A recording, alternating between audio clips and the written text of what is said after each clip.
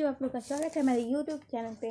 बच्चों, आज हम लोग पढ़ने वाले हैं त्रयोदश पाठ, जो कि कक्षा 7 के संस्कृत मंजूषा के पाठ्यक्रम में सम्मिलित है।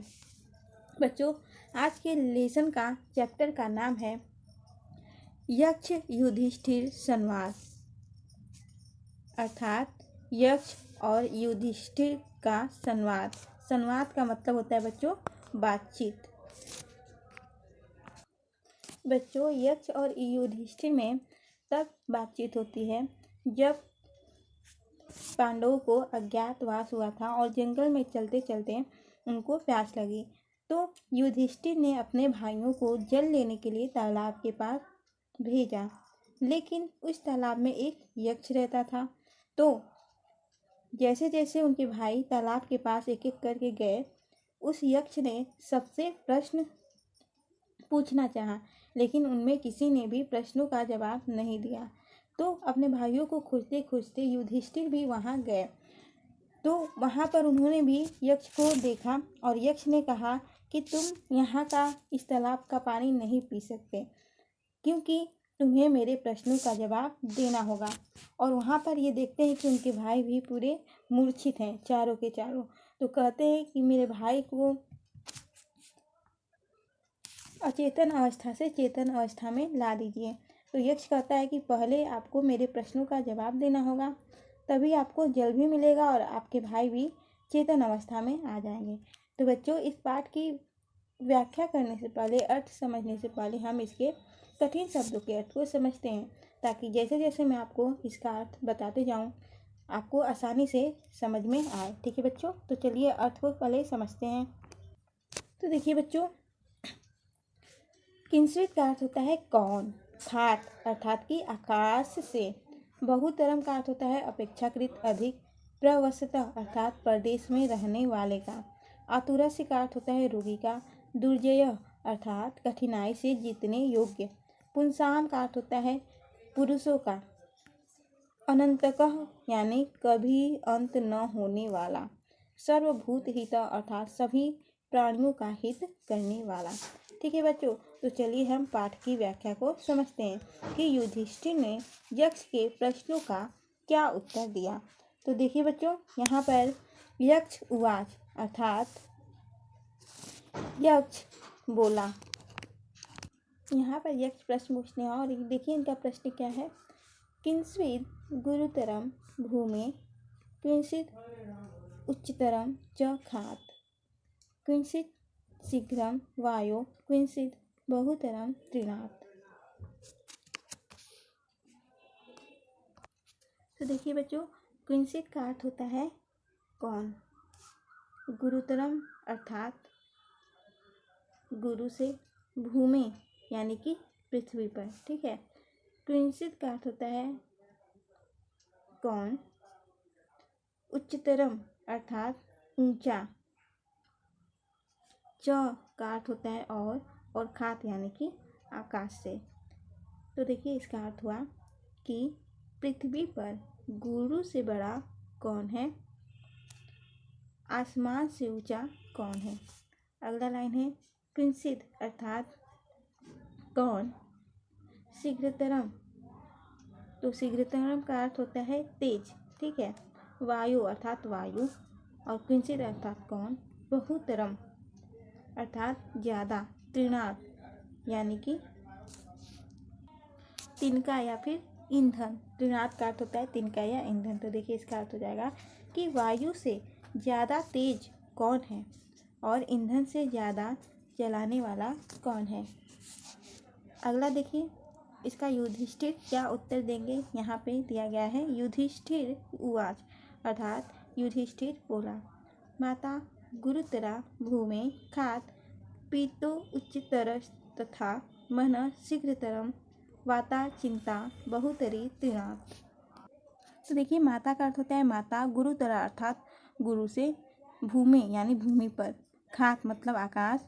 पीतो उच्चतर तथा अर्थात पीता ऊंचा है। ठीक है। मन का अर्थ होता है मन।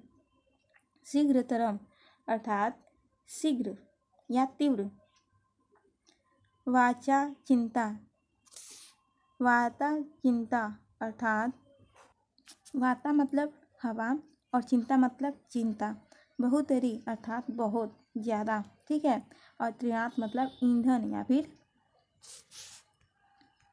तिनका। तो देखिए इसका अर्थ हो जाएगा कि भूमि पर गुरु से बड़ा माता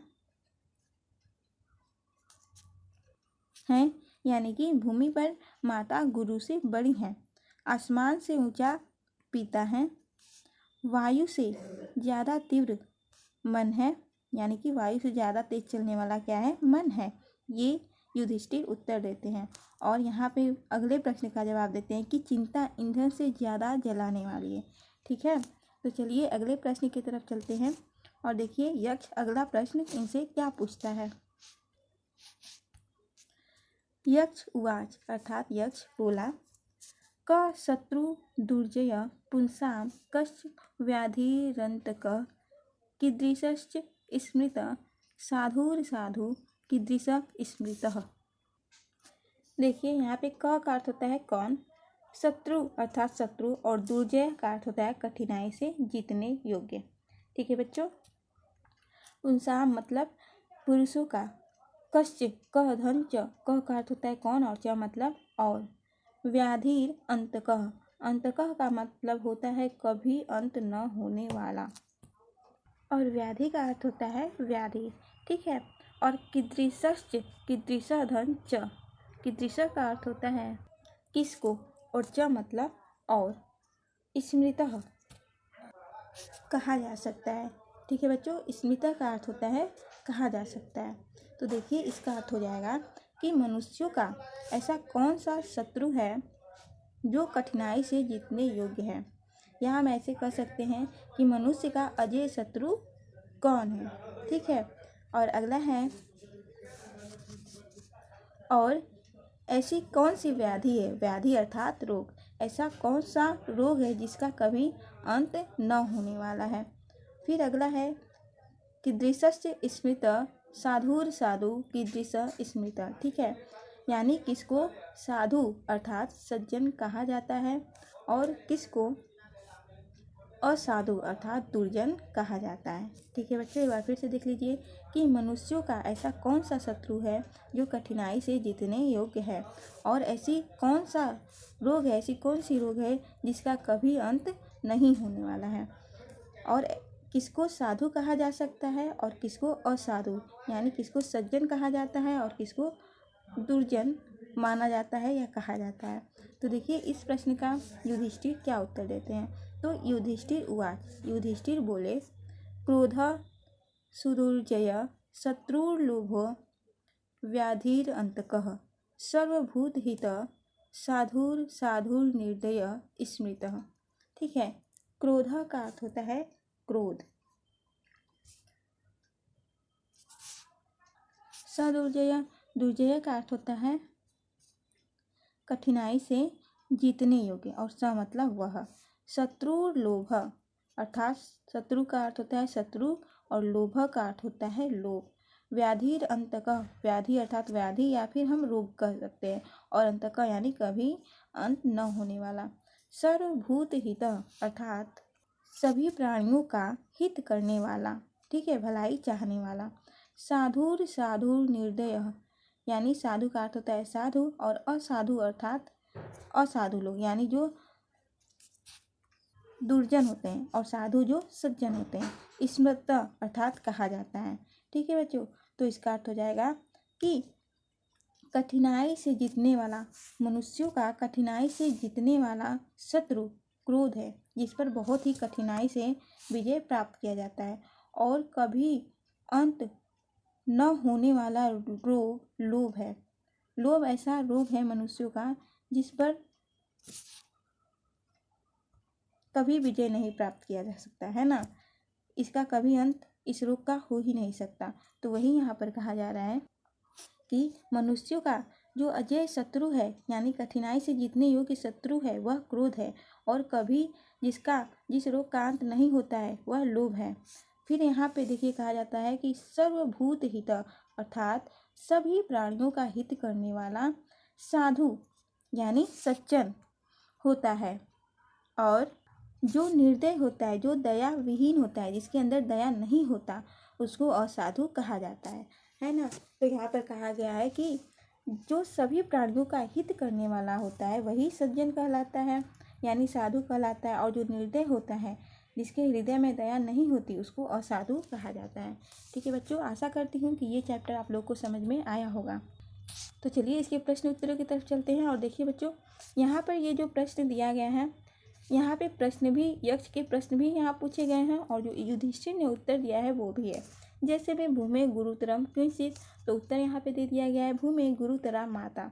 तो आप इसको एक बार जरूर रिवीजन कर लीजिएगा ताकि आप लोग को याद रहे।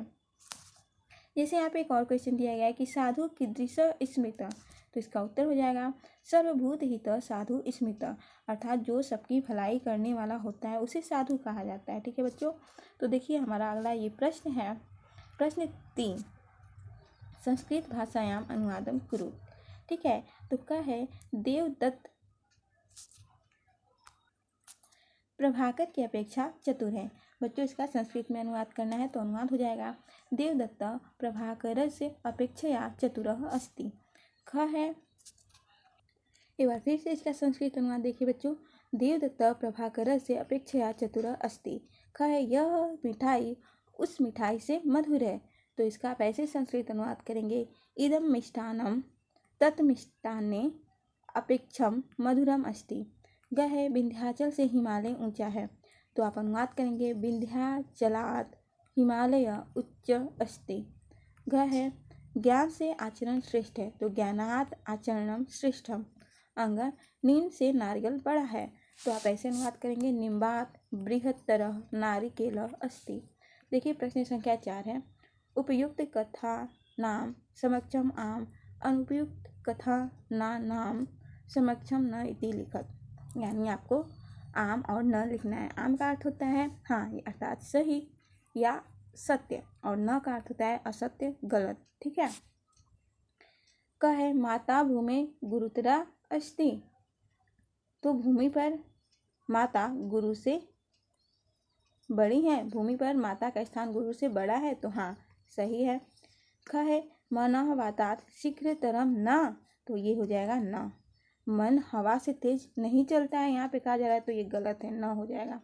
ग है, आतुरस्य से धनम मित्रम, तो ये भी गलत है, यानी न। घ है, दुर्जय शत्रु क्रोध, तो आम, हम लोगों ने देखा था। अंग है, निर्दय असाधु स्मृता, तो आम, जो निर्दयी होता है उसको असाधु कहा जाता है, तो सही है। ठीक है बच्चों, चलते हैं अगले प्रश्न की तरफ। और देखिए प्रश्न संख्या 5, कहा जा रहा है कि अधोलिखित पदानि प्रयुज्य वाक्य रचना नाम कुरुत। जैसे में उवाच, यानी आपको वाक्य रचना करना है। तो देखिए उवाच का प्रयोग करके आप ऐसे बनाएंगे, यक्ष युधिष्ठिरम उवाच। उसी तरह से कीदृश, अर्थात पिता कीदृश अस्ति। माता, तो माता कीदृशी अस्ति। क्रोध, तो इसका वाक्य प्रयोग होगा क्रोध दुर्गुण अस्ति। तो देखिए क्रोध का हो जाएगा क्रोध दुर्गुण अस्ति। प्रश्न 6 है, निम्नलिखित पदानाम विलोम पदम लिखत। निम्नलिखित पदों का विलोम पद लिखिए। जैसे गुरुतरम का विलोम हो जाएगा लघुतरम। उसी तरह मूर्ख का हो जाएगा विद्वान। नास्तिक का हो जाएगा आस्तिक। शत्रु अर्थात मित्र। साधु का हो जाएगा असाधु। प्रश्न 7वां है और करा रेखांकित पदानि अधिकृत्य प्रश्न निर्माण कुरुत। यानी रेखांकित पदों के आधार पर प्रश्न निर्माण कीजिए। जैसे भूमि गुरुतरा माता, तो आपको इसका प्रश्न निर्माण करना है, तो भूमि गुरुतरा का। ठीक है, वैसे ही इन तीनों का भी बनाना है। जैसे क है, पिता खात उच्चतर, तो जो अंडरलाइन है वहाँ पे आप प्रश्नवाचक शब्द जोड़ेंगे, तो क खात उच्चतर। उसी तरह ख है, निर्दय असाधु स्मृत, तो कीदृश असाधु स्मृत। ग सर्वभूत हित साधु स्मृत, कीदृश साधु स्मृत। तो बच्चों आज का क्लास यहीं समाप्त होता है। ज़रूर बताइएगा कि आज का क्लास कैसा लगा, और वीडियो अच्छी लगी हो तो प्लीज़ वीडियो को ज़रूर लाइक कीजिएगा। तो बच्चों मिलते हैं अपने अगले वीडियो में एक नए चैप्टर के साथ। तब तक के लिए बच्चों धन्यवाद।